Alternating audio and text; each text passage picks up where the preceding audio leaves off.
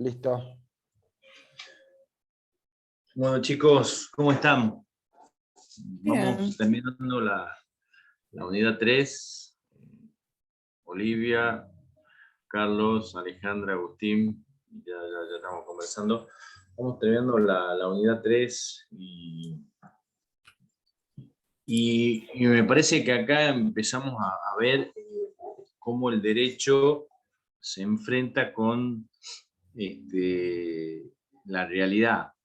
En realidad, vamos a trabajar un texto re interesante.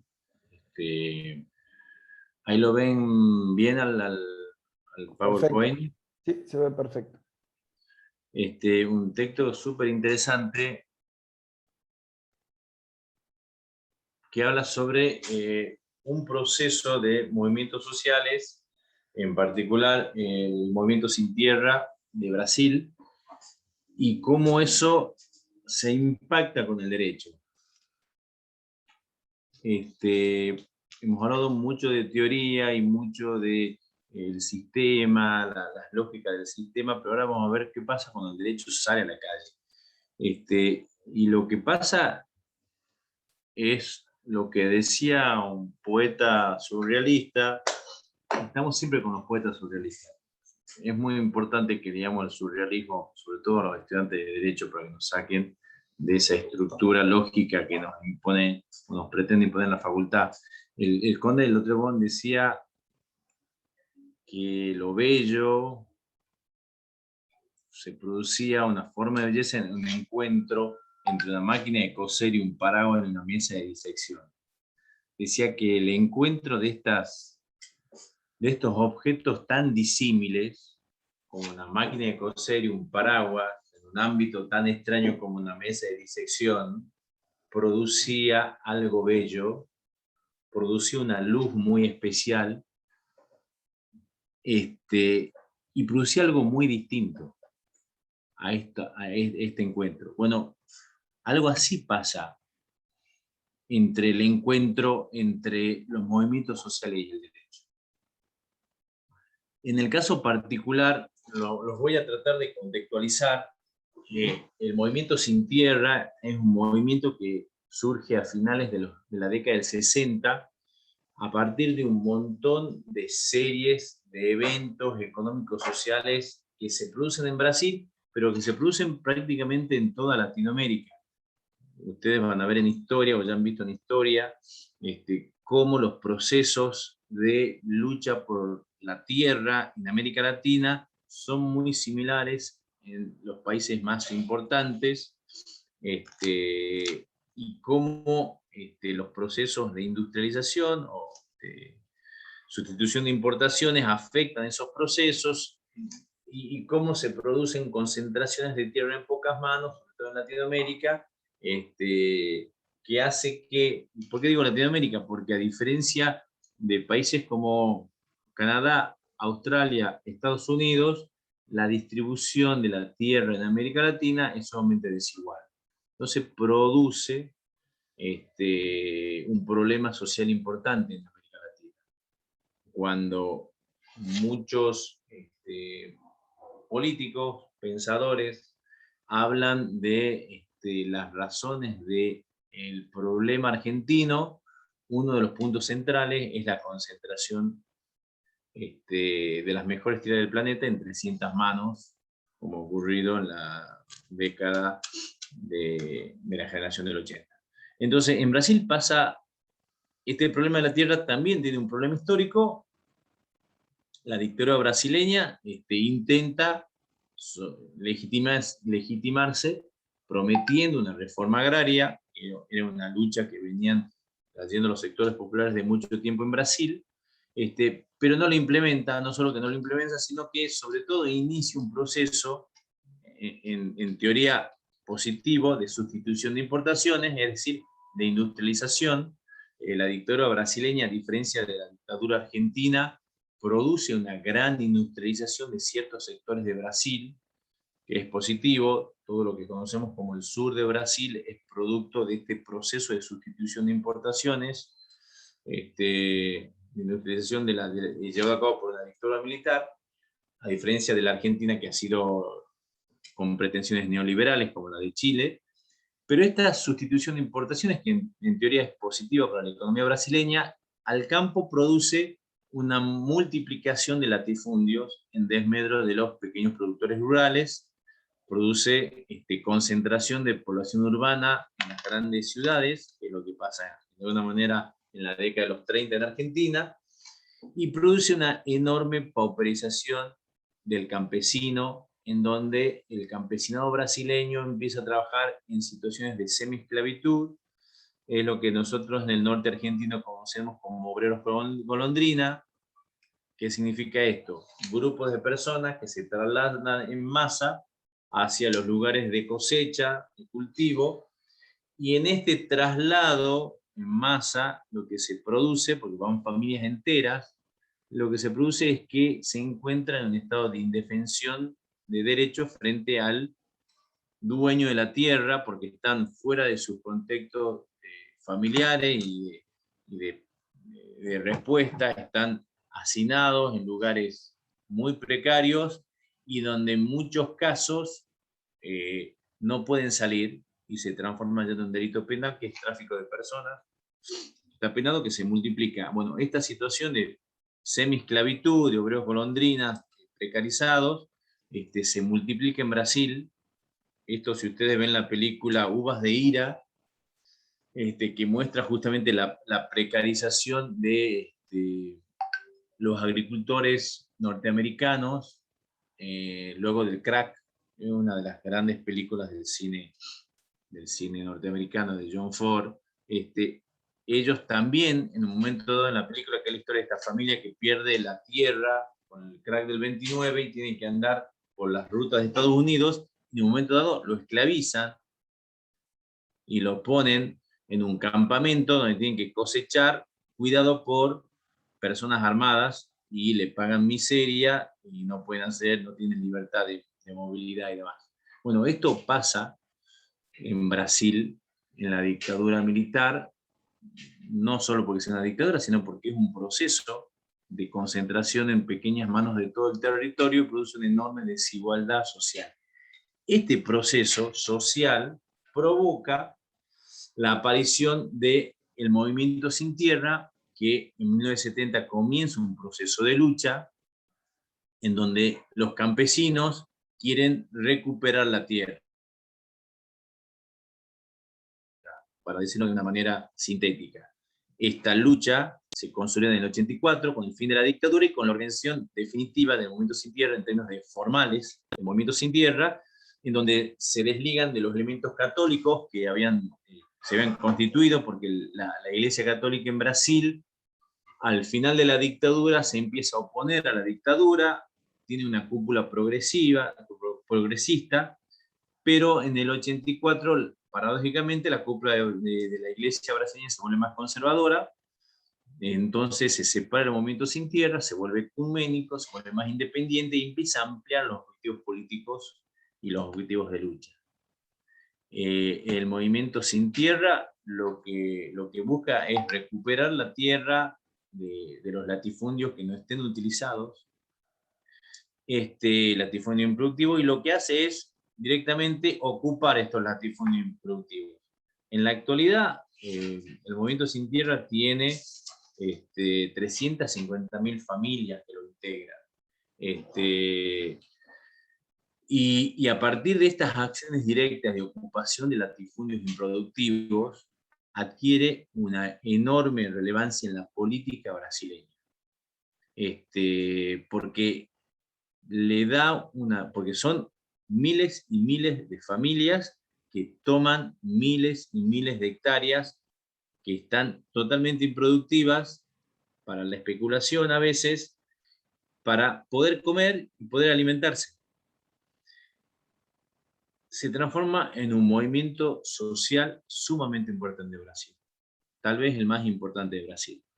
Estas acciones directas, que son en muchos casos muy exitosas, logran recuperar la tierra para la gente, ponen en debate un montón de temas en Brasil. Ellos ponen en debate la función de la tierra en Brasil, después se organizan de tal manera que empiezan a crear escuelas y hasta universidades campesinas de la mano de la lógica educativa de Paulo Freire, que es tal vez el pensador educativo más importante de Latinoamérica seguro y uno de los más importantes del mundo, pedagogo más importante, y empiezan a ambientalizar el conflicto, es decir, empiezan a incorporar la cuestión indígena y ambientalista a su lucha, se empieza a complejizar su lucha, evoluciona su lucha desde el 84, empiezan a hablar de soberanía alimentaria, es decir, tener independencia total de lo que uno produce y lo que uno alimenta al pueblo, no depender de los grandes monopolios, la agroecología, es decir, una producción sustentable, critican la extracción de minerales y la oponen a la agroecología frente al agronegocio, como se los denominan, que son los transgénicos, los grandes latifundios, la producción para la especulación, etc.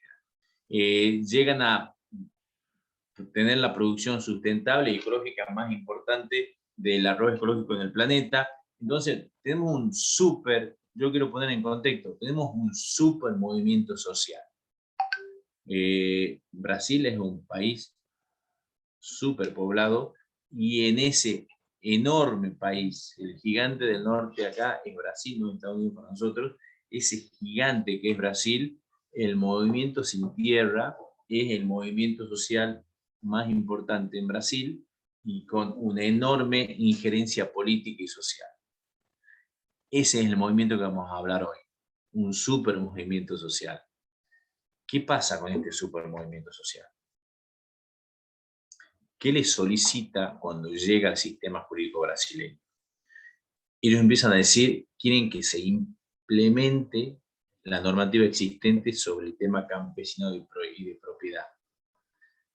Quieren que se encuentran en un momento dado, ya vamos a hablar cuándo, que hay un montón de normativa referida a la propiedad y al campesino que no se implementa en los estados judiciales. Quiere que se pongan en práctica los mandatos constitucionales. Brasil tiene una reforma en el 88 que empieza a hablar de la función social de la tierra y eso no tiene ningún impacto en el sistema jurídico ni en la sociedad brasileña. Intenta que se hagan interpretaciones novedosas del derecho y que se mejore la respuesta de los procesos. ¿Y qué pasó? ¿Qué pasó con el sistema legal, con todo este super movimiento que empieza a chocar contra la sociedad brasileña, contra los poderes constituidos, y que eso hace que empiece a repercutir en el sistema jurídico brasileño? Logran finalmente que las Cortes Supremas de los Estados constitucionalicen o reconozcan la legislación ordinaria de propiedad, redefinen de alguna manera el derecho de propiedad, y empiezan a establecer vínculos, al final, sobre todo en la época de los 90, el vínculo entre movimientos sociales y actores jurídicos. Y acá es el centro de la clase que quiero decir. Ya estamos contextualizados. Tenemos un super movimiento de base social que tiene un objetivo muy clarito, que es recuperar la tierra para las familias que no tienen que comer ni cómo subsistir, frente a una enorme desigualdad histórica de la distribución de la tierra. Lo primero que ellos pedirían sería reforma agraria, como han pedido todos los movimientos de izquierda en la Argentina y en toda Latinoamérica, pero ellos logran, con acciones directas, no implementar la reforma agraria, sino conseguir que la ley de Brasil empiece a darles cabida a un reclamo que desde el lugar del político partidario de la izquierda, desde años reclaman la reforma agraria, ellos logran dar una respuesta eficiente del Estado y del sistema jurídico legal. Y acá es donde resulta súper interesante, porque estamos hablando siempre en teoría, ¿qué pasa cuando un movimiento social como los Sin Tierra de Brasil, que no tiene personería jurídica, choca contra el sistema judicial de un superestado como es Brasil? ¿qué pasa acá? Como diría Lautremont, ¿qué pasa? ¿Qué luz despiden el choque de estos dos objetos tan disímiles como los movimientos sociales y el sistema jurídico? Lo primero que hay que decir es que son súper disímiles. Los movimientos sociales, en general, provocan desestabilización y provocan conflictos complejos. Esto es todo lo contrario que quiere el sistema jurídico. El jurídico justamente es conservador. Produce un ritmo de demanda y un ritmo de exigencias, de necesidades que el sistema judicial no los puede dar. La necesidad de cientos de familias muriéndose de hambre no puede esperar los plazos procesales que siempre la justicia enuncia.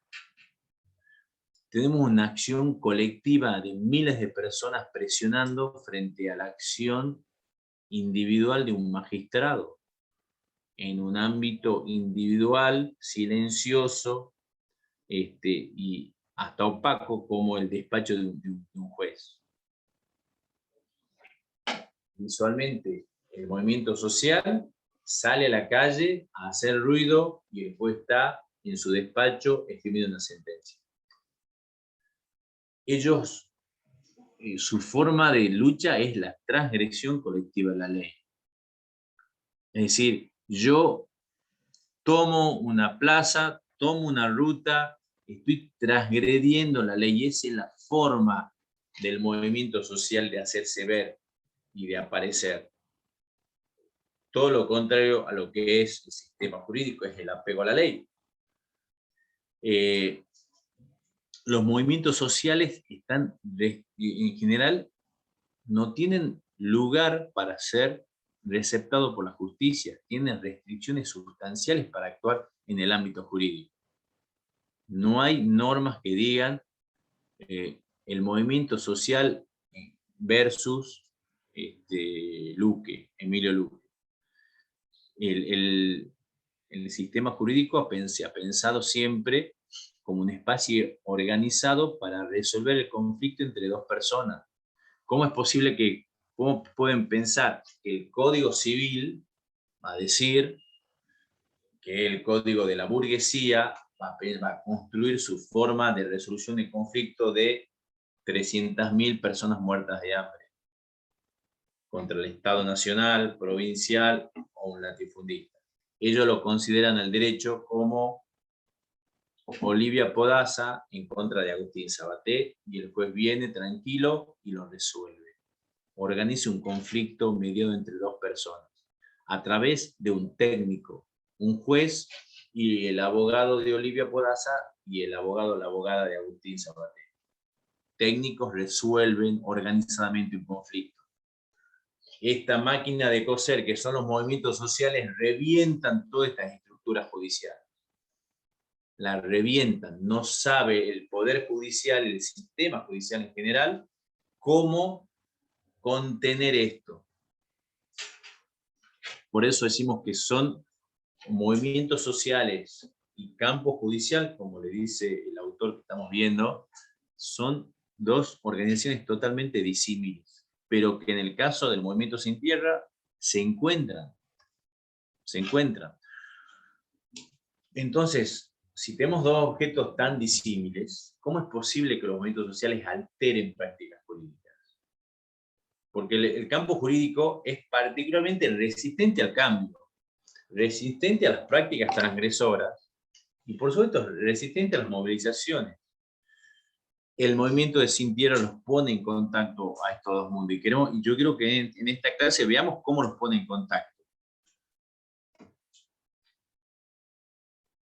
El campo jurídico, dice el autor, tiene dos ámbitos: las relaciones de poder que le dan la estructura y las tensiones coyunturales, que es lo externo, las relaciones de poder, y la lógica interna del sistema, que son las normas jurídicas, las doctrinas, dogmáticas o no, que son vigentes en el tiempo, que dicen, frente a estos conflictos, yo tengo un sistema que puedo dar estas normativas y esta interpretación de las normas.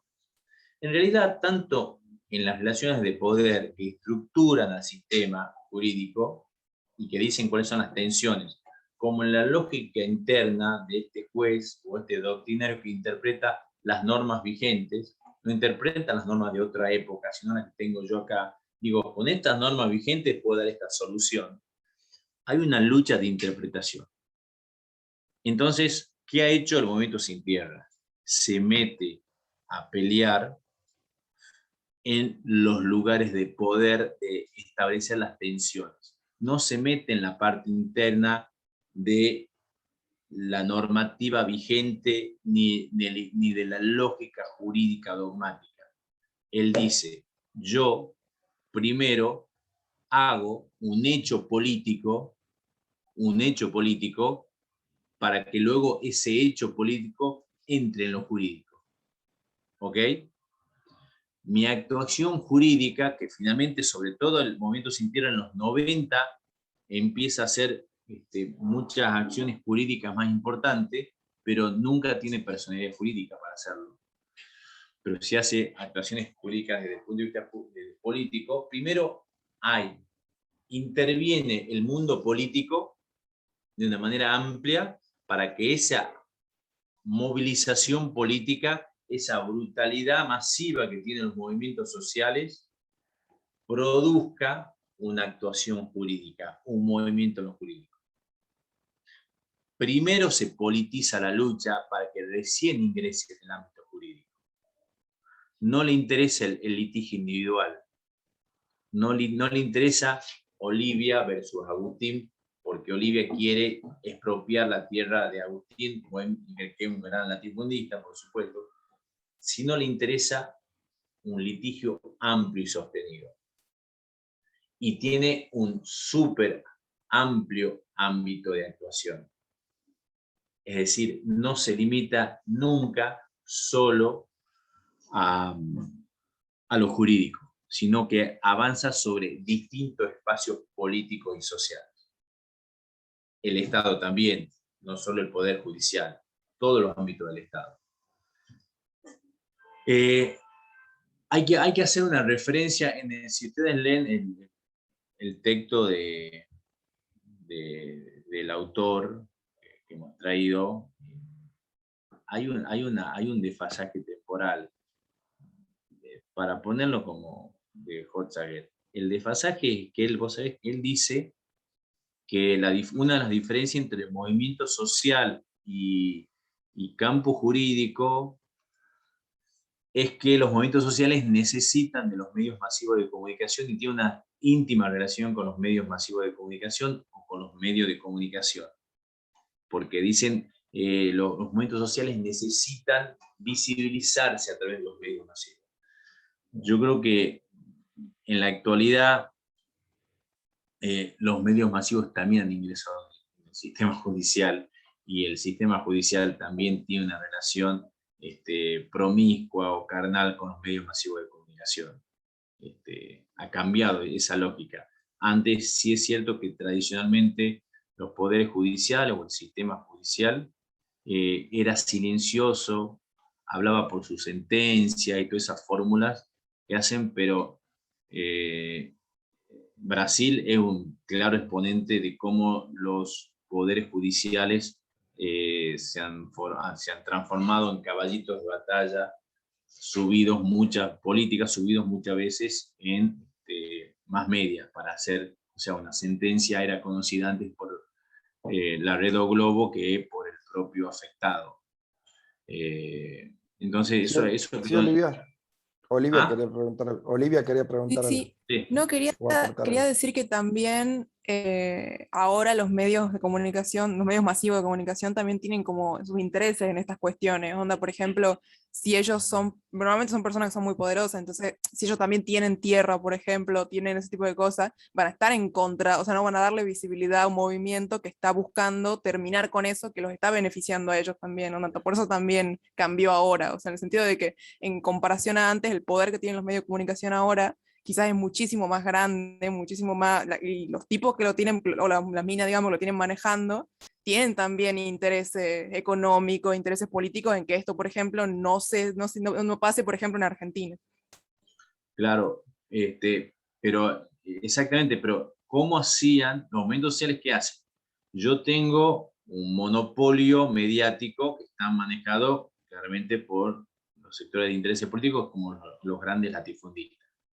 Entonces, la violencia de mi hecho político social obligaba que hasta la nación tenía que cubrir la toma de Puente La Noria porque produce un quilombo social mama y me visibilizo. Entonces eran estas cuestiones. Pero ahora, a partir del Plan Atlanta y otras cuestiones más que se están viendo desde los países centrales, los poderes judiciales, ya no es ni siquiera el latifundista, los poderes judiciales empiezan a tener relaciones con los medios masivos de comunicación.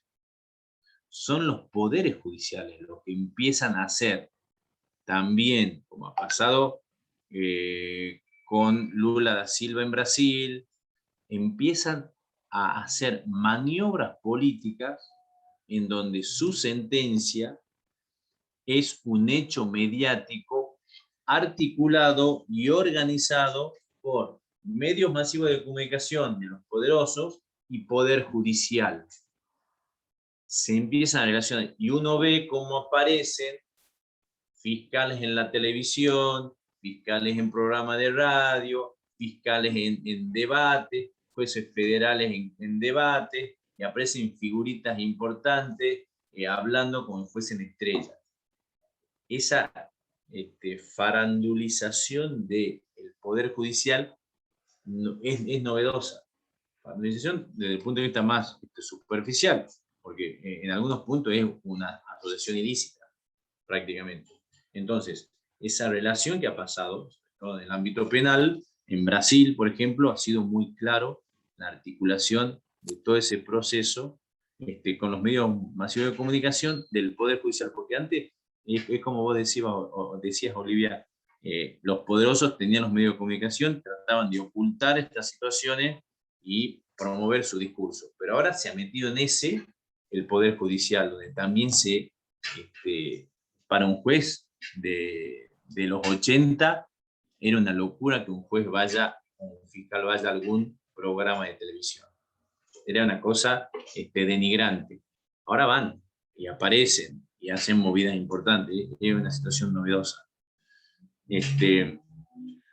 Pero excepcionalmente las demás características sí son muy extrañas para el Poder Judicial, o eran muy extrañas sobre todo en los 90, en los 80.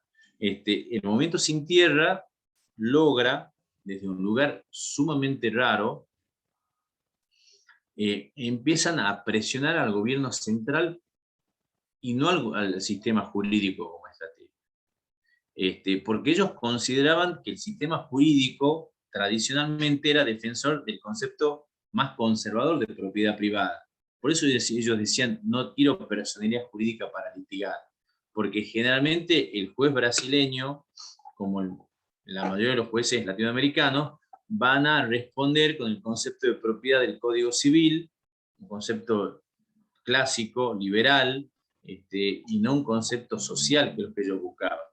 Entonces, también, para que vean la desconfianza que tenían en este movimiento social, que era súper exitoso, que no querían que ser manejados por representantes legales.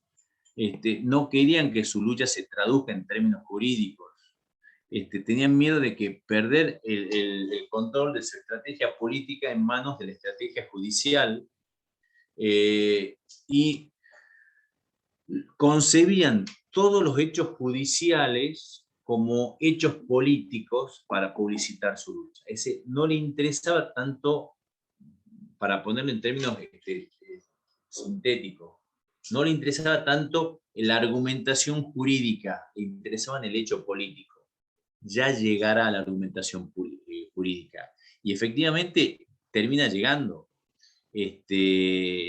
Termina llegando porque es tan exitoso en términos sociales el movimiento Sin Tierra, que se empiezan a sumar movimientos de abogados a la lucha del movimiento Sin Tierra, se empiezan a sumar movimientos de magistrados a la lucha Sin Tierra. Hay una reforma constitucional en Brasil que incluye ciertos derechos sociales o conceptos de derechos sociales sobre la tierra. Se empiezan a incluir estos elementos y poco a poco brutal avance de los movimientos Sin Tierra sobre el concepto de propiedad tradicional a partir de acciones directas. Luego había una discusión judicial, pero ya estaba planteado como un hecho político, empieza a modificar las estructuras jurídicas de Brasil. Y en los casos que pueden ver en los textos, él cita dos casos, el de Fazenda Primavera. En el caso de Fazenda Primavera se toman un amplio terreno a partir de una expropiación de tierra, de una toma de tierras.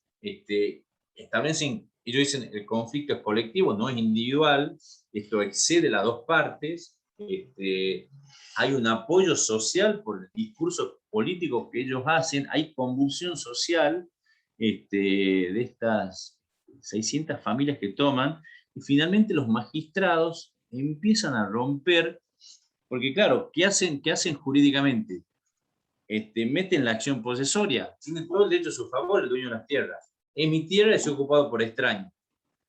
Derecho liberal lo tiene que expulsar, y si no, el derecho penal lo tiene que también iniciar una causa penal.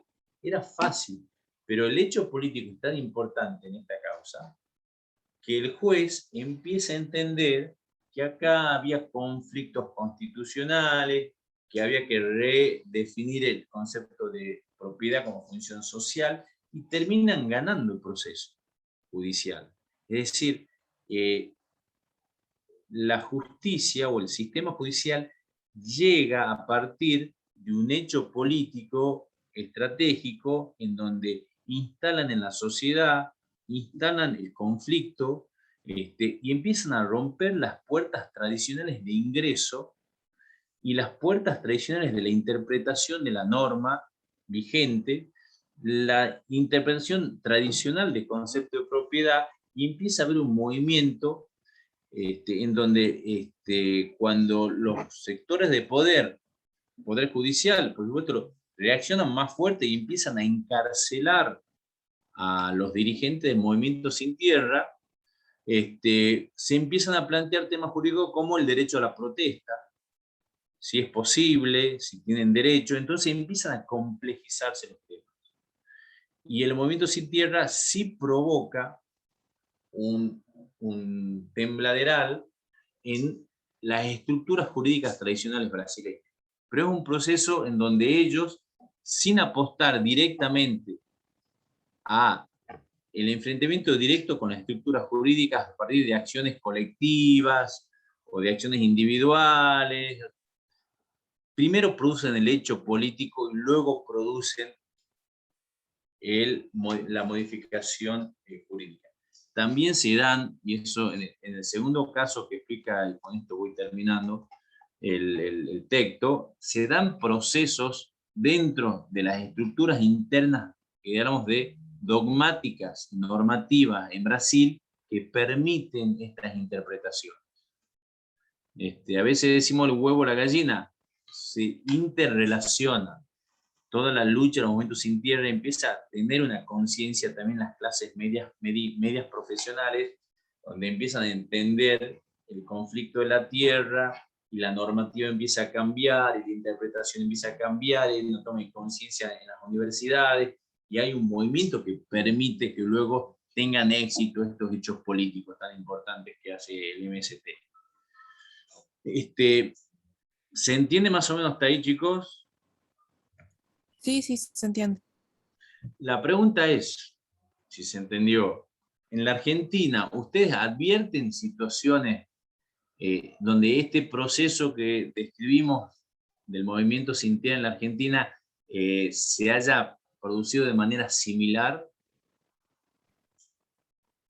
Yo creo que nunca con ese calibre, onda, en el sentido de que la justicia empiece, digamos, a tomar en cuenta ese tipo de movimiento, onda, no, capaz que no tengo conocimiento, o sea, también es posible, pero es como que estaba pensando que nunca hubo como un cambio de los conceptos, por ejemplo, liberales de la propiedad, o incluso, eh, creo que es como que lo más cercano que uno puede llegar es quizás, digamos, todo el movimiento feminista del aborto, que es como que cambió un poco la visión, digamos, de la justicia, el derecho a la vida y todo eso. Creo que quizás podría ser lo más cercano a un movimiento social tan grande que hace que... Pero no sé si esto es tanto por la justicia, esto fue más por...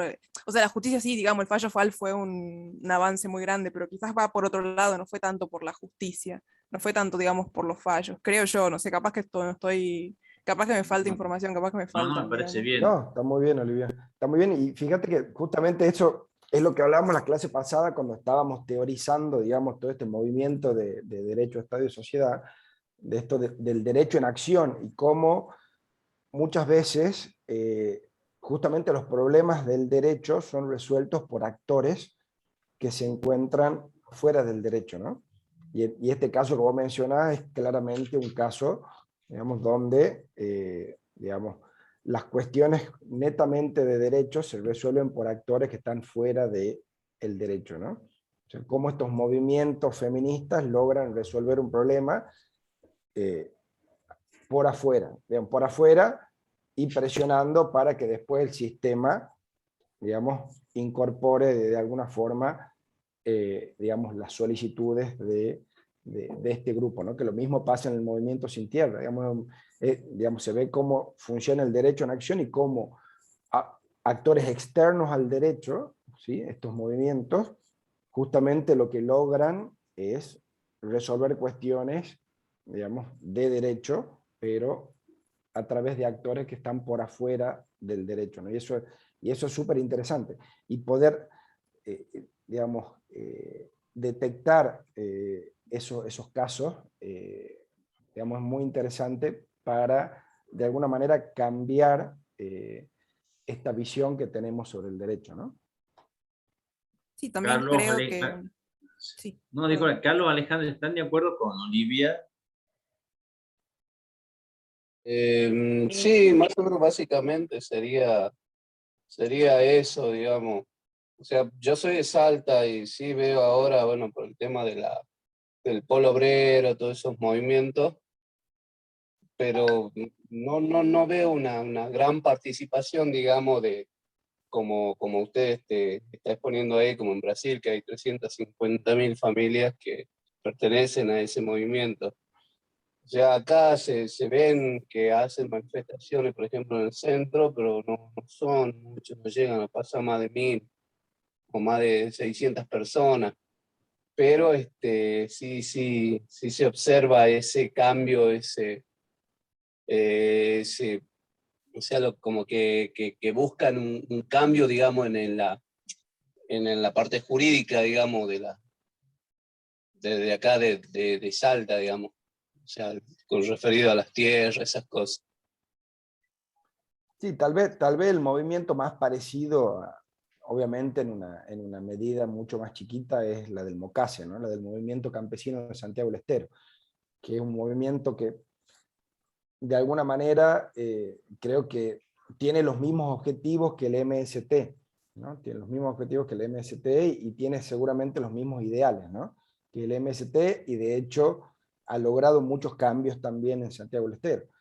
Y, y se ve, digamos, que no apunta solo a lo jurídico, sino a lo social, porque es un movimiento que hasta está creando sus propias escuelas y sus propias universidades, ¿no? Para intentar, digamos, de alguna forma transmitir una cosmovisión distinta de la cultura, de la sociedad y de cómo ellos ven, digamos, digamos, cómo deberían ser la sociedad, ¿no? Y el movimiento campesino santiagueño es un ejemplo bastante paradigmático e interesante para analizarlo también como movimiento social, ¿no? No sé qué te parece a vos, Andrés.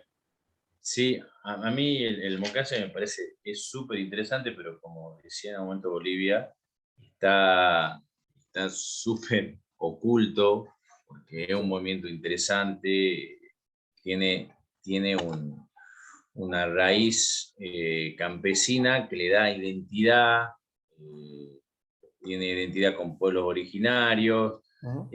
Yo creo que hay distintos movimientos en la Argentina que se han organizado. Los pueblos originarios también ha sido un movimiento que ha peleado, que ha logrado que en la Constitución de Tucumán, en la última reforma, se incorporen conceptos. Mientras todos miraban para el costado, las clases medias miraban para el costado, ellos se organizaron y pusieron los constituyentes y han metido artículos re importantes, vos sabés, Esteban, y que le ha servido esa presión política y organizativa para luego hacer un montón de movidas judiciales y sociales, a partir de tener esos articulitos que uno a veces los subestima en la Constitución, pero ha logrado tomar una conciencia, uno de la invisibilización que tenían los movimientos de pueblos originarios, que se visibilicen, de decir lo que quieren. Uno ya ve la bandera del pueblo originario y la identifica, uno sabe cuáles son las luchas, por supuesto es una lucha, han logrado modificar la Carta Magna de Tucumán, por ejemplo, y antes... y la de la Nación también. La de la Nación. Porque en el 94, digamos, gran parte de los cambios que se producen con respecto al reconocimiento de los derechos de los pueblos indígenas tiene que ver con la lucha del propio movimiento. Y para no perder la visión argentina, sino latinoamericana, actualmente el proceso convencional de Chile tiene de presidente un representante del pueblo originario chileno, que son súper invisibilizados por todo el proceso de Pinochet y también por gran parte de la democracia chilena, pero que ellos, a fuerza de movilizaciones, acciones a veces violentas, ¿no?, se visibilizan y llegan ahora a tener la posibilidad de incorporar sus derechos en la Carta Magna, en la Constitución chilena.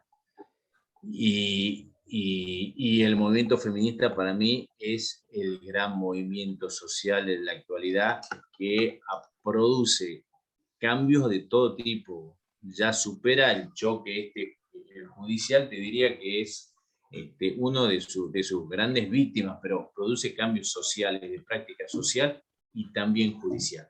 Sí. Ahora, y lo importante de estos cambios, Andrés, es que son cambios que se producen desde abajo hacia arriba, ¿no? Y exactamente. Muy probablemente estos cambios que se producen de abajo hacia arriba, o sea, desde los movimientos sociales y no desde las cúpulas de poder, son cambios que son mucho más auténticos y duraderos. Exactamente, yo creo que ya triunfó el movimiento feminista.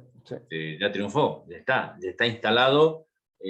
A diferencia de lo que decía Carlos recién, las marchas de los movimientos feministas son multitudinarias.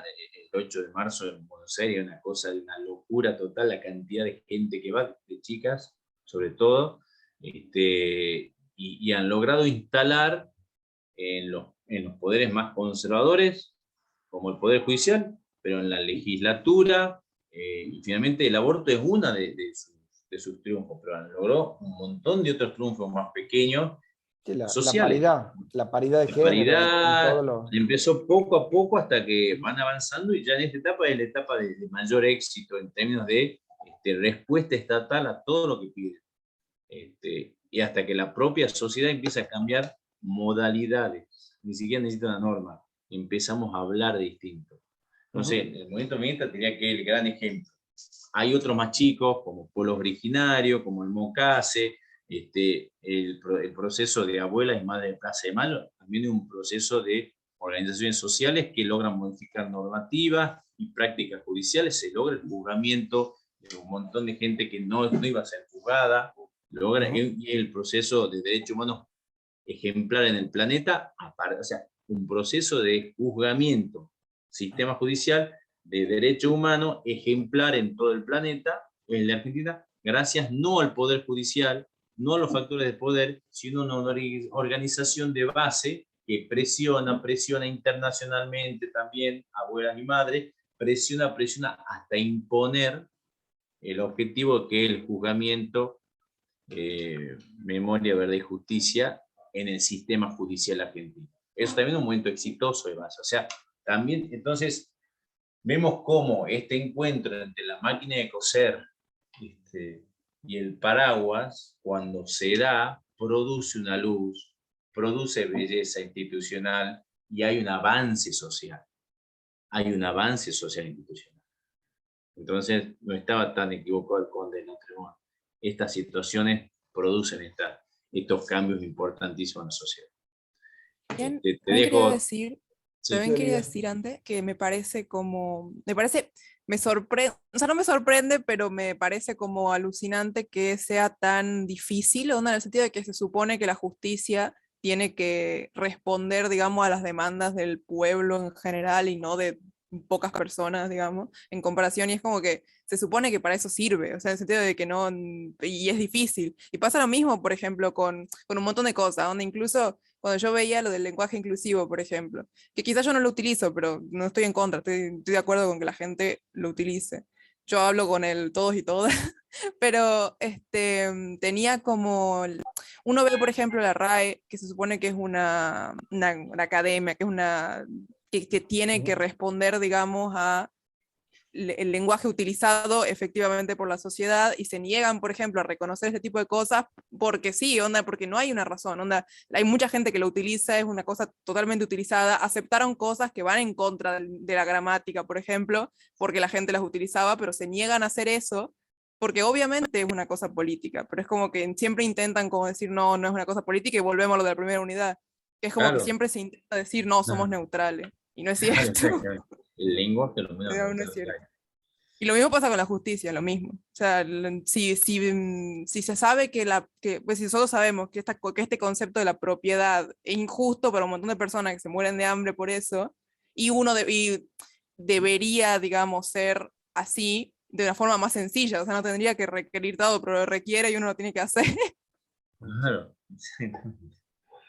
Bueno, Bueno, así es. siguiendo, como para seguir avanzando con la clase, bueno, esto lo de Andrés me ha dado pie a mí para seguir, digamos, desarrollando la unidad a través de otro caso paradigmático, que es un caso de los desplazados en Colombia, ¿no? Y cómo, de alguna manera, la justicia, en este caso la Corte Constitucional Colombiana, logra impactar, digamos, para modificar esa realidad, ¿no? Pero volvamos un poquitito a la clase anterior y acuérdense que este movimiento de derecho, Estado y sociedad lo que buscaba era, de alguna manera, profundizar los estudios empíricos del derecho, y para lograr profundizar estos estudios empíricos del derecho lo que buscaban eran de alguna manera utilizar herramientas valiosas que tenían las otras disciplinas de las ciencias sociales, ¿no?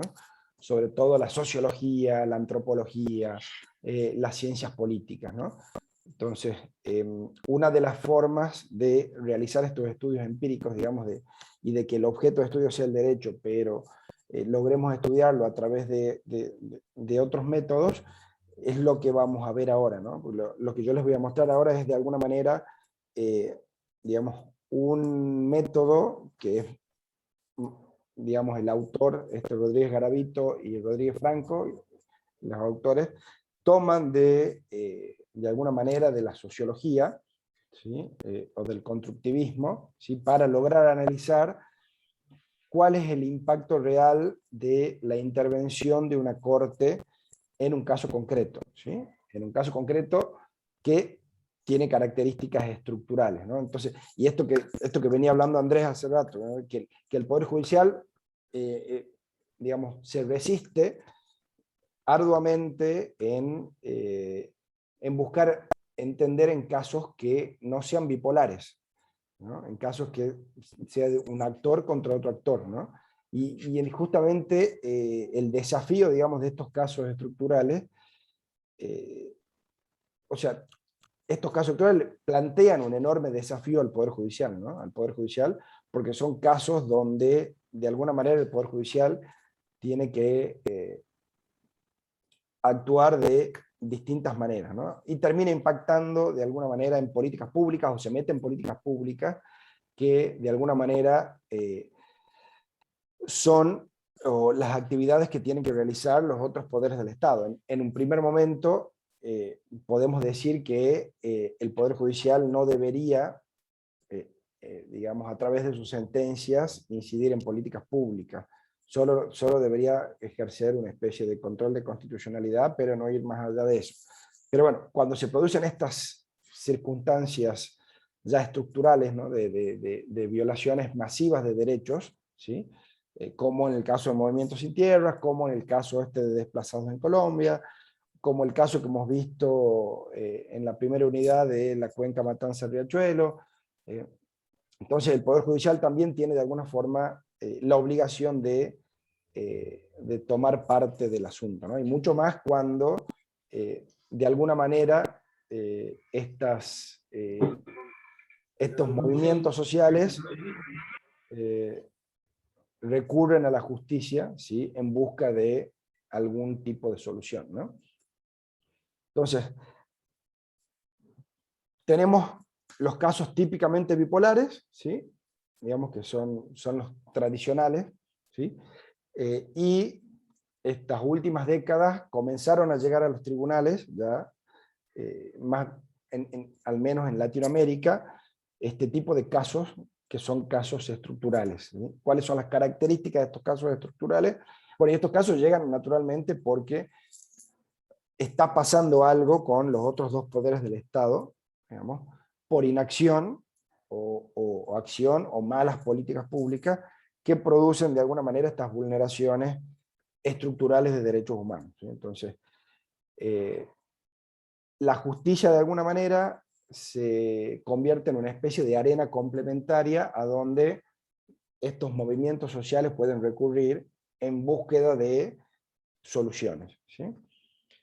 Entonces estos casos estructurales tienen estas características, digamos, afectan a un número, digamos, enorme de personas, ¿sí? Que alegan, digamos, una vulneración masiva de sus derechos, y en general estas organizaciones llegan al Poder Judicial a través de otras organizaciones, ¿sí? Más bien dedicadas al derecho y a los derechos humanos, ¿sí? Donde de alguna manera intentan hacer una especie de lo que se llama de litigio de interés público, ¿no? O litigio estructural de interés público, a través de una demanda, ¿no? De una demanda que, como les digo, es colectiva, ¿no?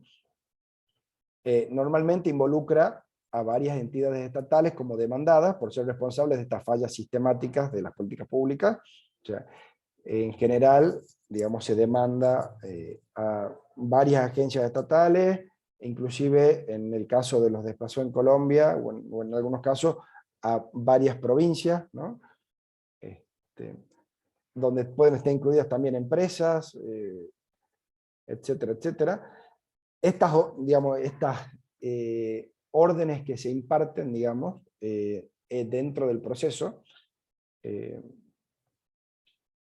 digamos, logran, digamos, que dentro del proceso se vayan coordinando acciones para ir resolviendo estos problemas que son estructurales, ¿no? Porque en estos casos estructurales el problema no se resuelve con la sentencia, ¿no? La sentencia es simplemente un punto de partida, ¿sí? O sea, se tiene que sacar de la cabeza digamos, de los casos bipolares, donde el conflicto se resuelve con la sentencia y punto, ¿no? En estos casos estructurales, justamente la sentencia implica un punto de partida a partir del cual, dentro del proceso, vamos a ver ahora, y cuáles son las herramientas que usan estos autores para lograr identificar, digamos, cómo se avanza y cuáles son las mejores medidas que debería tomar un poder judicial para lograr mejores impactos. Dentro de un proceso se van produciendo, de alguna manera, estas interacciones dialógicas que van creando soluciones de este problema estructural, ¿no? O sea, porque las soluciones en general de estos problemas estructurales no se logran de un día para otro, sino se logran en un proceso de ejecución de esta sentencia largo, que muchas veces duran 10, 15, 20 años, ¿no? De hecho, el caso que estamos analizando es un caso que ya lleva más de 15 años con su proceso de ejecución de sentencia, ¿no? Y eso también, bueno, ahí plantea también otro interrogante, ¿no? Se plantean varios interrogantes. Uno, el Poder Judicial es el lugar, el Poder Judicial está legitimado democráticamente para involucrarse en este tipo de casos estructurales. El Poder Judicial tiene la capacidad institucional para hacerlo. Y bueno, lo que buscan estos autores con con este libro, con este texto, es justamente mostrar cómo debería intervenir, digamos, un poder judicial en estos casos, y de alguna manera también detectar qué efectos produce la intervención del poder judicial en este tipo de casos, ¿no? Entonces, el activismo lo podemos ver como algo negativo, ¿sí?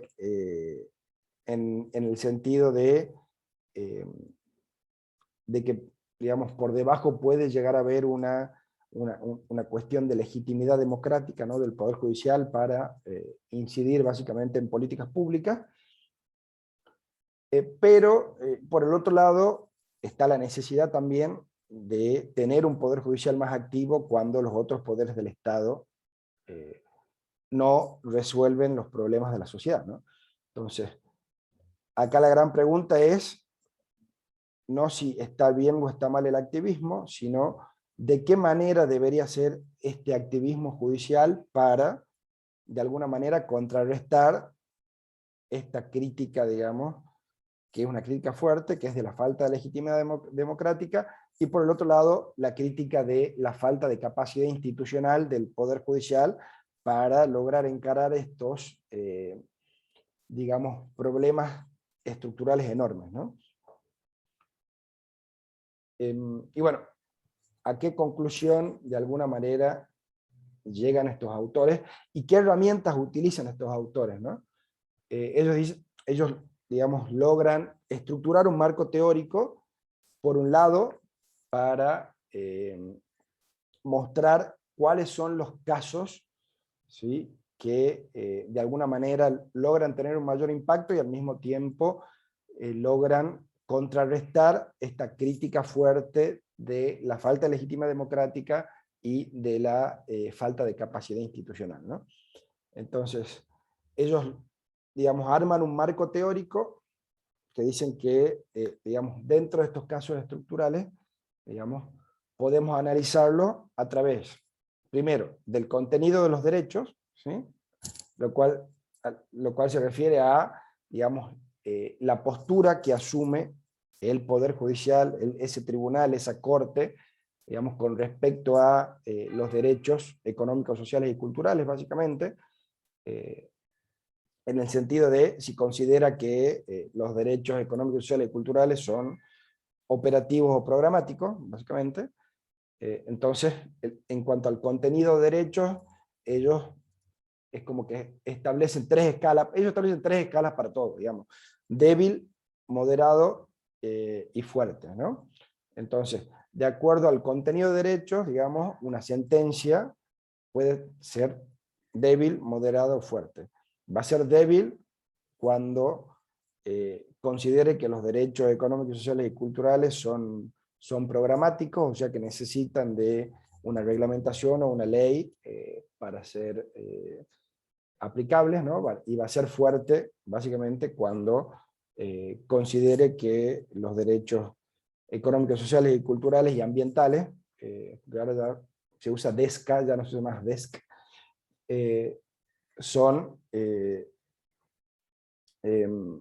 son directamente operativos, ¿no? Operativos en el sentido de que por estar en estos instrumentos internacionales de derechos humanos, en la Constitución, digamos, sin necesidad de que haya una ley que los reglamente, digamos, cualquier ciudadano puede venir y, digamos, exigir que se cumpla con su derecho, ¿no?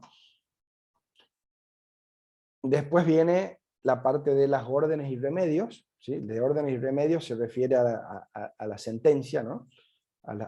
O las sentencias. Entonces los remedios estos también pueden ser débiles, moderados o fuertes, según la amplitud de las órdenes judiciales y el grado en que estas sean obligatorias y perentorias, ¿no? En ese sentido, podemos tener una sentencia en un caso estructural que sea fuerte, va a ser una sentencia que sea directamente detallista de qué es lo que tiene que hacer la administración para resolver ese problema en concreto, ¿sí?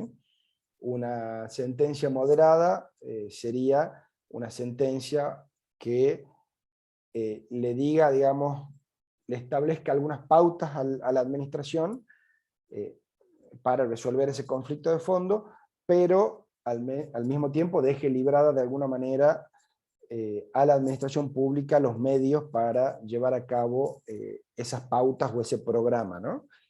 Y una débil sería naturalmente una sentencia que no diga absolutamente nada sobre lo que tiene que hacer la administración para resolver ese conflicto de fondo, ¿no? Y lo interesante es que ellos suman a este marco teórico un punto importantísimo, que ya no tiene que ver con la sentencia, sino que es un momento, ellos los consideran distinto a la sentencia, que es el monitoreo del cumplimiento de la sentencia. Ellos sostienen que en este tipo de casos estructurales, esta etapa del monitoreo del cumplimiento de la sentencia es muchas veces aún más importante que la sentencia misma, ¿no? Bueno, y este monitoreo del cumplimiento de la sentencia también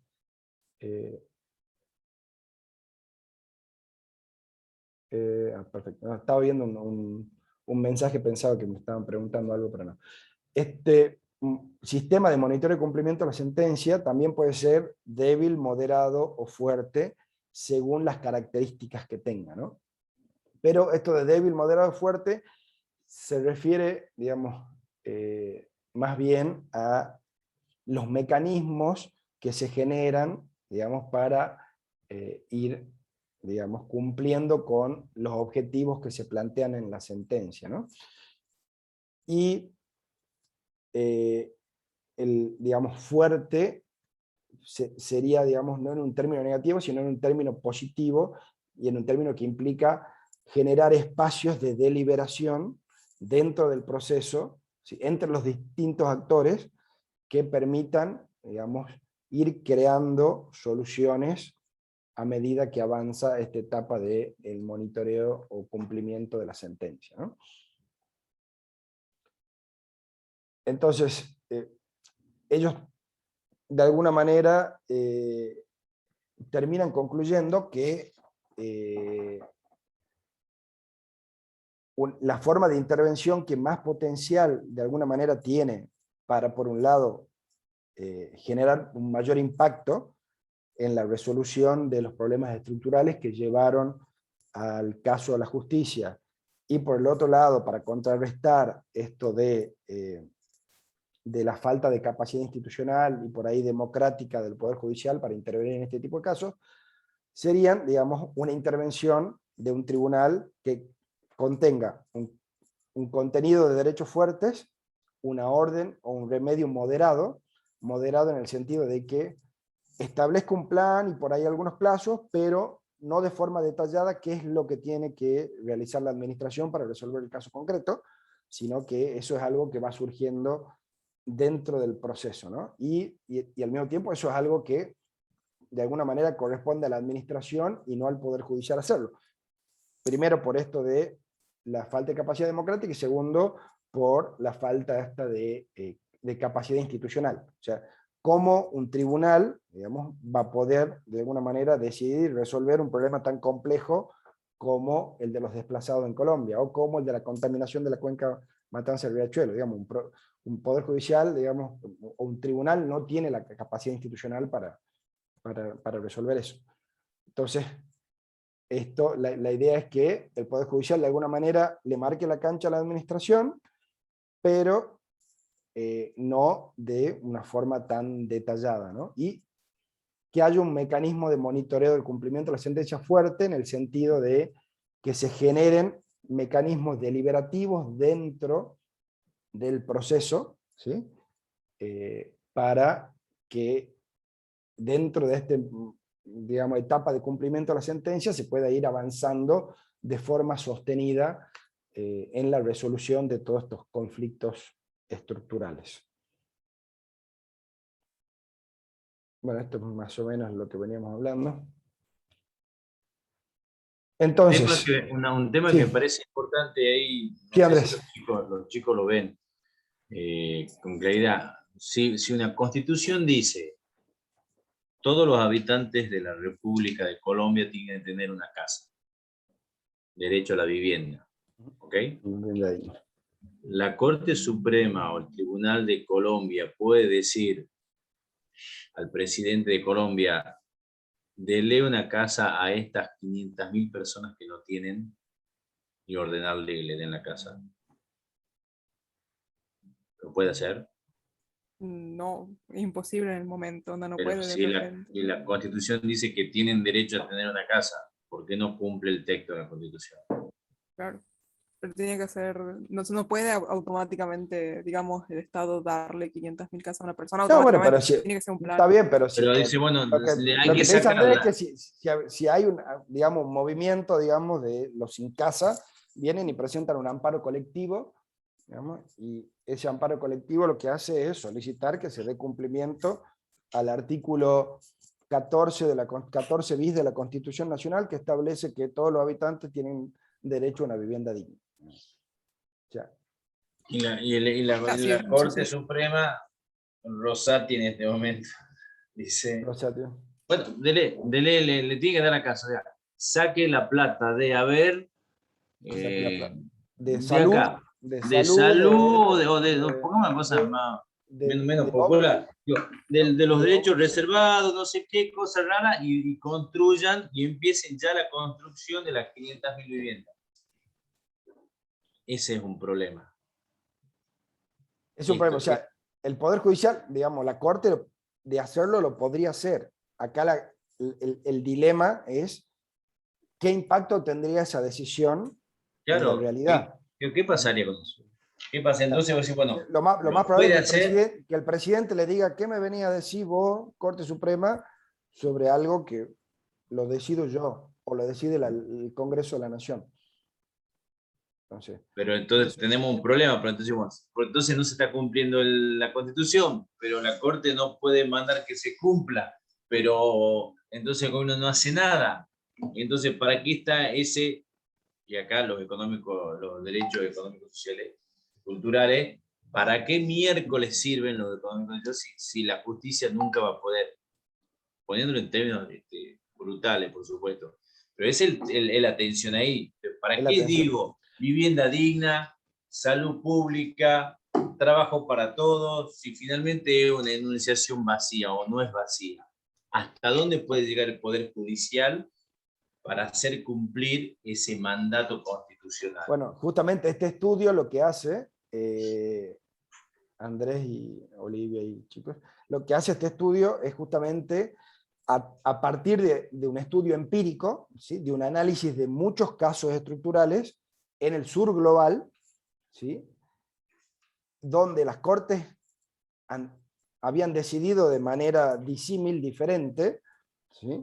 Por ejemplo, ya lo vamos a ver más adelante, pero por ejemplo en un caso de Sudáfrica, por ejemplo, con el tema de vivienda digna, digamos, la Corte, digamos, había decidido con, digamos, una sentencia con una concepción de derechos, por ejemplo, de derechos, en este caso económicos, sociales y culturales, débil, ¿no? Débil, la sentencia, digamos, había sido no moderada, sino débil también, y el monitoreo débil. Entonces, justamente lo que buscan, digamos, estos autores con este trabajo empírico es mostrar cuál es la mejor forma, digamos, de intervención para que se logren resultados, o sea, para que el impacto sea alto, ¿sí?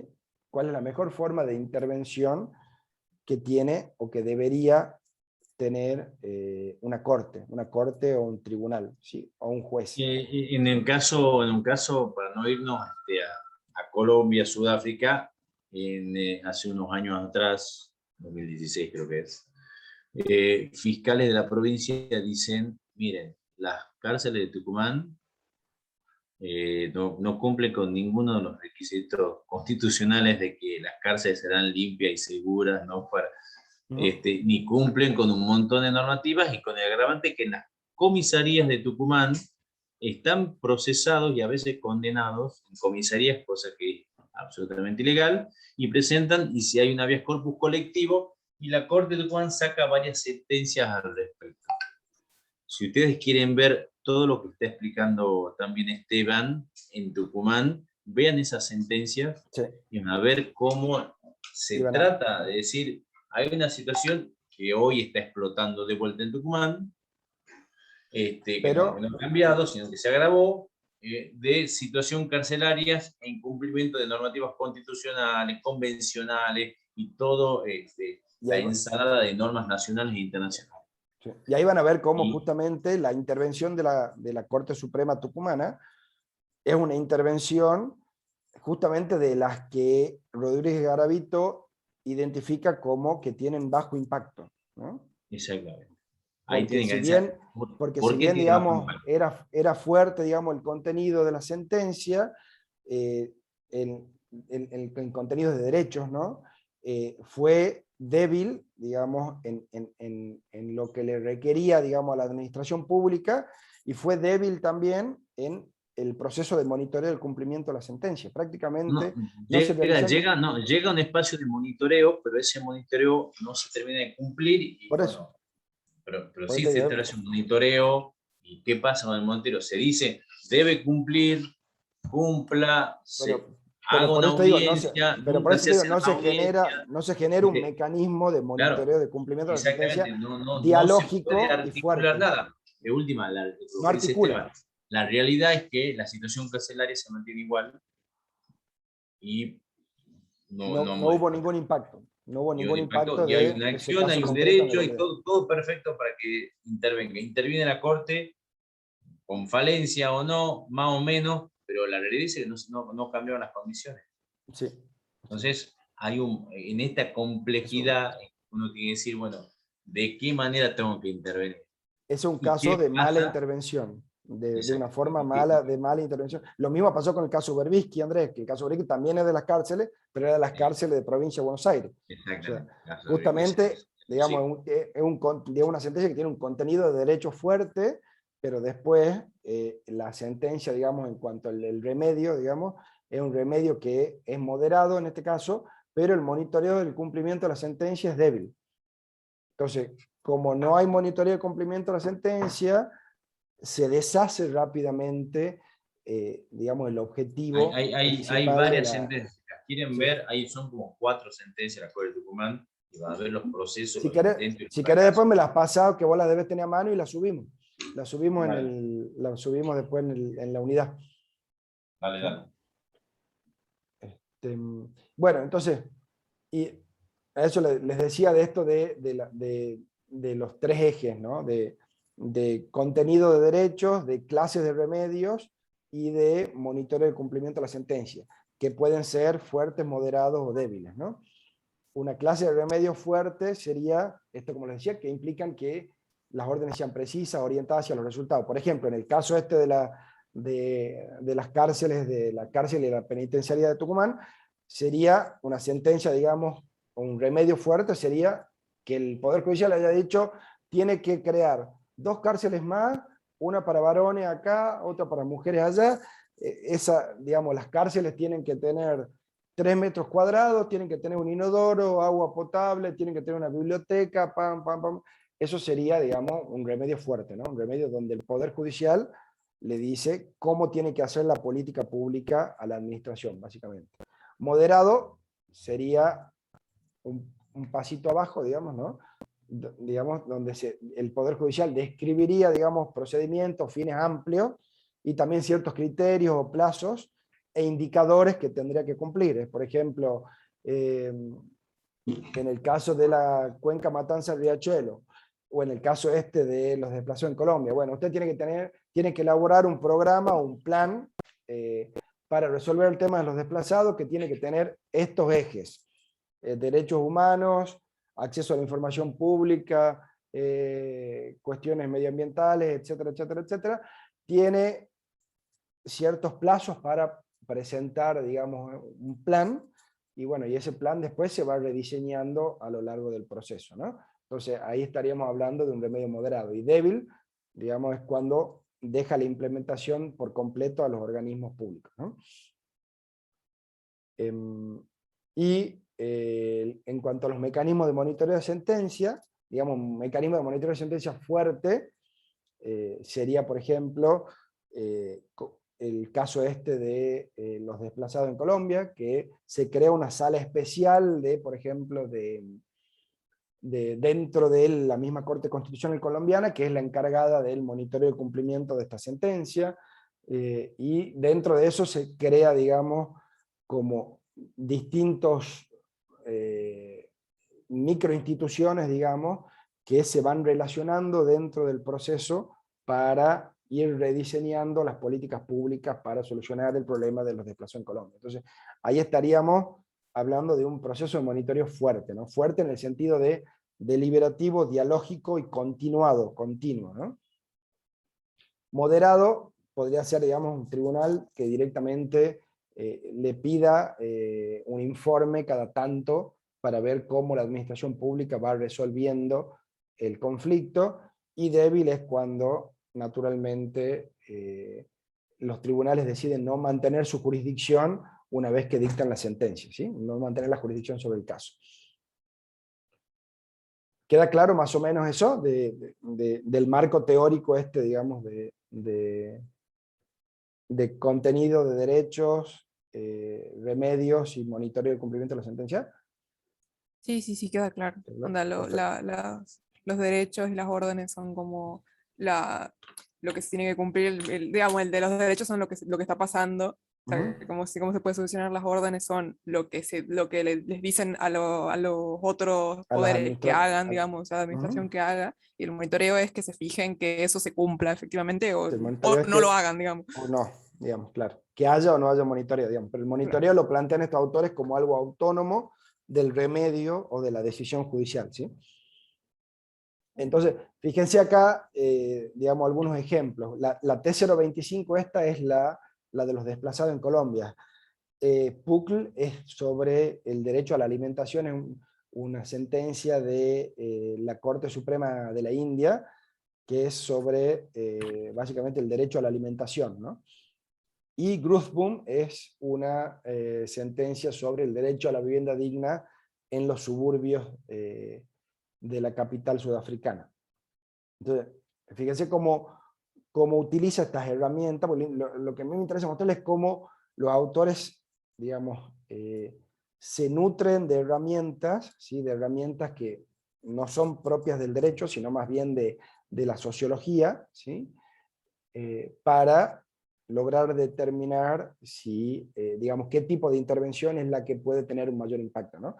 Y fíjense acá cómo coincide en estos dos primeros casos, cómo la concepción de derecho de la sentencia es fuerte, las órdenes son moderadas y el monitoreo de cumplimiento de la sentencia es fuerte, y ellos, a través de un análisis de los efectos, que vamos a ver después, logran determinar que el impacto ha sido alto, ¿sí? Y en el caso Gruthboom, el impacto ha sido moderado, ¿sí? Fíjense. Y, digamos, los derechos, digamos, la concepción de derechos de la vivienda era una concepción de derechos moderada, ¿sí? Porque ellos consideraban que se tenía que reglamentar el derecho a la vivienda, que ellos no tenían derecho a una vivienda digna por el solo hecho de que esté en la Constitución, básicamente. La orden fue débil, digamos, porque no le dijo absolutamente nada a la administración pública, ¿sí? De cómo lo tenía que resolver, y no hubo monitoreo de cumplimiento de la sentencia, ¿sí? Y el impacto fue moderado, pero fue moderado ¿por qué? Fue moderado porque muchas veces estos casos estructurales generan de alguna manera efectos simbólicos, ¿sí? Que van mucho más allá de los efectos materiales directos que puede tener la sentencia en el caso concreto, ¿no? Pues de alguna manera estos casos ponen el problema en la agenda pública, ¿no? O a veces logran poner estos problemas en la agenda pública.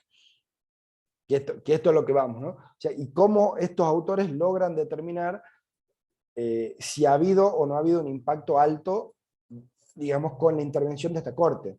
Y aquí también, de vuelta, hacemos una diferencia entre herramientas del positivismo jurídico y herramientas del constructivismo, en este caso, que viene de las ramas de la sociología, ¿no? Porque si nos parásemos, digamos, encima del positivismo jurídico, lo único que veríamos, o sea, tendríamos un lente demasiado angosto, ¿no? Demasiado chiquito. Lo único que veríamos y que nos importaría serían los efectos materiales directos a la sentencia. ¿Qué quiero decir con esto? Que son los efectos que están ordenados directamente por la sentencia y que la administración cumple, ¿sí? Entonces, esos serían los únicos efectos que desde un sistema neorealista que se llama, o positivista, digamos, anclado en el positivismo jurídico, los investigadores analizarían y verían, digamos, se interesarían solo por ese tipo de efectos. Lo interesante acá es que, como estos, digamos, autores que son del derecho, pero son del derecho y se formaron en Estados Unidos en estos grandes centros, ¿no? de Law and Society, de Derecho y Sociedad, de Berkeley, Wisconsin y demás, meten mano a herramientas, digamos, del constructivismo jurídico, ¿no? Entonces, ¿qué es lo que logran con eso? Dicen, todo bien, el derecho va mucho más allá que esto, el derecho es una práctica social, digamos, y como práctica social, o sea, nosotros no podemos ver solamente los efectos materiales directos, ¿no? Que son los que les interesa a la vertiente positivista. Nosotros tenemos que ir más allá de eso. O sea, pues muchas veces hay efectos indirectos que puede provocar la intervención de esta corte y hasta inclusive efectos simbólicos que a mediano y largo plazo terminan siendo mucho más importantes que los efectos materiales directos que puede provocar una sentencia estructural, ¿sí? Y lo que logran, digamos, analizando el caso concreto esto de los desplazados en Colombia, es llegar a la conclusión de que, digamos, digamos, una corte que intervenga de esta manera, ¿no? A través de un contenido de derechos fuertes en la sentencia, con remedio moderado y un monitoreo de cumplimiento de sentencias fuertes, puede generar todo este tipo de efectos, ¿no? Efectos materiales directos e indirectos y simbólicos directos e indirectos. Los materiales directos, como les decía, son básicamente los que tienen que ver con el diseño de la política pública, ¿no? O sea, es el Poder Judicial o el tribunal le ordena que sancione una ley que contenga el plan de saneamiento de la cuenca Matanzas Riachuelo, la administración lo hace, eso es un efecto material directo de la sentencia, ¿sí? Un efecto material indirecto de la sentencia pueden ser las formaciones de coaliciones activistas, ¿sí? En el caso de los desplazados en Colombia, las organizaciones de la sociedad civil, ¿sí? Sobre todo las especializadas en derechos humanos, formaron, digamos, coaliciones activistas que lograron, digamos, incidir en todo este proceso de monitoreo y cumplimiento de la sentencia, inclusive lograron tener agendas propias dentro del conflicto de los desplazados en Colombia, ¿no? Entonces, esto es un efecto material indirecto de la intervención de la Corte en ese proceso, ¿no? Y los efectos simbólicos, que pueden ser directos o indirectos, por ejemplo, la intervención de la Corte logró que el tema de los desplazados en Colombia pase de alguna manera de ser un problema identificado con un conflicto armado con las FARC. ¿Saben qué son las FARC? Sí, ¿no es cierto? Digamos, porque el problema de los desplazados en Colombia tiene que ver con las FARC, que toman una gran parte del territorio y desplazan a la población de ese territorio, ¿no? Toman posesión de la parte del territorio, ¿sí? Entonces, pasa a redefinirse, digamos, de un conflicto armado entre el Estado y las FARC a un conflicto básicamente de derechos humanos, ¿no? Y al mismo tiempo la transformación de la opinión pública en el sentido de que ya los medios de comunicación ponen, digamos, a la luz la problemática y como de una necesidad de solución urgente, ¿no? Que antes de la intervención de la Corte no pasaba, ¿no? Y les muestro, digamos, cómo de alguna manera, por ejemplo, aquí tiene un efecto material indirecto de la intervención de la Corte en el caso concreto. Fíjense cómo aumentó el presupuesto para intentar resolver la cuestión de los desplazados en Colombia a partir de la intervención de la Corte en 2004. Fíjense, en billones de pesos colombianos, ¿no? De 0,33 a 2014 a 3,27 billones de pesos colombianos, ¿sí? Entonces, eso es un efecto material, de alguna forma indirecto, de la intervención de la Corte dentro del proceso, ¿sí? Cómo aumenta el presupuesto para las políticas públicas de desplazamiento. Acá cuando hablamos de las coaliciones, este otro efecto material indirecto, ¿sí? Porque hay coaliciones, digamos, como de Justicia, que es una ONG, o la Universidad de los Andes, o CODES, que es también otra ONG, que de alguna manera se articulan y logran, digamos, acelerar muchos procesos, ¿no? Y digamos, tienen una participación activa dentro de este proceso de monitoreo del cumplimiento de la sentencia. Esto es lo que estaba hablando de los desplazados, ¿no? De desplazos civiles, que ya, digamos, la opinión pública ya deja de tomarlo como un conflicto armado y lo va tomando como un conflicto de derechos humanos y desplazados, ¿no? ¿Sí? De estado de cosa inconstitucional, derechos fundamentales. Fíjense cómo con un estudio, que eso es súper interesante, un estudio pónganle, de 10 años, de los 2 diarios más importantes de Colombia, los autores, a través digamos, de una investigación, logran detectar, digamos, cuando se habla, digamos, sobre, digamos, cuánto más se habla, digamos, sobre el tema, y al mismo tiempo cómo va cambiando el tono con el que se habla o se discute la problemática, ¿no? Y estas son todas herramientas, fíjense, que no son propias del derecho, sino que son propias de las otras ciencias sociales, que la traemos para investigar un fenómeno jurídico, ¿sí? Esto, bueno, fíjense, de los desplazados en Colombia, digamos, cómo la línea, digamos, cómo ha ido bajando desde la intervención de la Corte, porque la intervención de la Corte fue en el año 2002, y fíjense cómo, si bien no es algo que se ha solucionado del todo, digamos, la Corte sí ha causado un gran impacto, ¿no? Al menos en cantidad de personas desplazadas.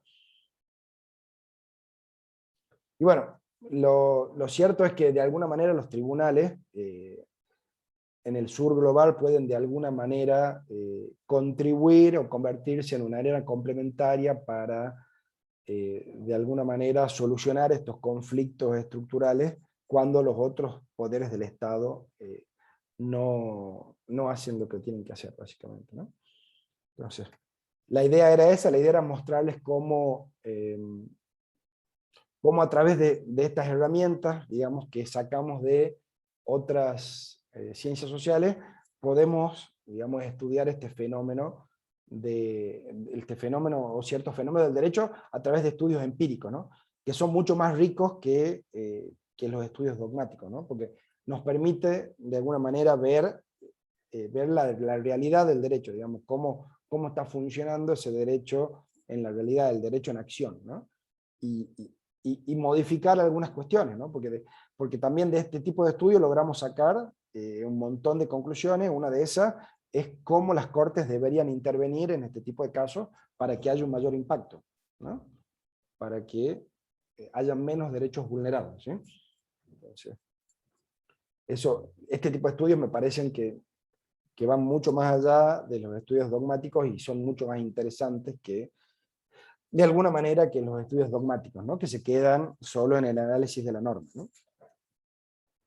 También creo yo que es como que es una forma también, más allá de como para entender cómo funcionan los juzgados realmente, es como que también sirve para exigir ese monitoreo, porque digamos, también gran Sí. parte de esto depende del monitoreo. Depende Porque del como monitoreo, digamos, sí. si es fuerte lo de los derechos y si es fuerte lo de las órdenes, no importa si es débil el monitoreo, porque la administración puede decir bueno y no hacer nada, No hace nada, y exactamente. no hay nadie que le exija. Sí, el monitoreo se convierte en una parte fundamental de estas intervenciones estructurales de las Cortes. Y te diría que hasta más importante que los otros dos pasos, ¿no? O sea, sin monitoreo pasa lo que pasó con el caso Berbisky, que es el caso de las cárceles de Provincia de Buenos Aires, y pasa lo que pasó en Tucumán con el caso que cuenta Andrés, que el día de ayer o antes de ayer tuvimos una fuga de un preso que estaba alojado en una estación de bomberos. O sea, Sí, y las mujeres que no sé si fueron de acá o de Salta, ¿dónde era? Que murieron quemadas en la cárcel. No sé, sí, no me en acuerdo dónde había Salta, sido creo. En exactamente, Salta, Salta. creo, sí. Sí. Y que eso es, que ellas ya habían estado como diciendo, no, las condiciones no están No están en tratando mal en esta función. cárcel y Sí. nadie, digamos, nadie hizo Nadie hizo nada y nada. bueno, pasó Exacto, la exactamente. tragedia. Pero bueno, en principio, si la Corte Suprema tucumana hubiese, digamos, intervenido en el caso este concreto, tal vez de la manera en que los autores estos entienden que se puede tener un mayor impacto, probablemente, digamos, hubiesen cambiado más cosas, ¿no? Y no estaría todo en exactamente la misma situación en las cárceles tucumanas después de 3 años del caso, porque el caso ya ha sido hace 3 o 4 años. El habeas corpus este colectivo. ¿Sí? Bueno, Sí, lo de las cárceles también es un problema como que siempre, sí, digamos, está ahí. sí, de nunca Y, acabar. Sí. no, y tiene que ser mejor, digamos, ¿no? Porque si no es Totalmente, inútil. no, Si no es totalmente, inútil, totalmente. ¿para qué? No, no, sí, totalmente, si no, ¿para qué están? Digamos, ¿para qué? Por eso, Digamos, ¿para qué? si ¿Para no, qué? Si es lo si no, mismo. no digan que las cárceles, digamos, tienen que cumplir una función resocializadora, digamos, porque las cárceles como están ahora no cumplen ningún tipo de función resocializadora. Digamos. Es Sí, no más, sirven para lo que están. O sea, es un doctorado, hacen un doctorado avanzado para salir peor, digamos. Porque no están dadas las condiciones para que, digamos, para que puedan mejorar, digamos, para que se puedan resocializar. Básicamente. que es Pero el bueno, objetivo, digamos. el objetivo, El objetivo. debería ser el objetivo al menos. Sí. Sí. Sí, sí. Bueno, yo creo que hasta aquí llegamos, espero que les haya quedado claro. La idea va a ser el martes que viene trabajar sobre un caso práctico, ¿sí? Así que lo más probable es que el fin de semana, más tarde el lunes, les dé un casito práctico sobre lo que hemos visto hoy. ¿Sí? Bueno, Yo creo que vamos a hacer un análisis de una sentencia, capaz que nos metamos con, tengo ganas porque es bien interesante, con la sentencia de la Cuenca Matanza-Riachuelo, y el videíto ese que hemos visto, partecitas en una de las clases de la primera unidad, está y subido, está aparte, subido. sí, Así está subido. que Con eso y la sentencia vamos a trabajar, digamos, la idea es que trabajemos un poquitito, digamos, para que ustedes vean cómo ha sido la forma de intervención de la Corte y para que puedan analizar qué efectos por ahí se han producido a partir de la intervención de la Corte, ¿sí? En sintonía con esto, ¿no? Con esto que hemos visto ahora. ¿Sí? Así que bueno, sí. paro la...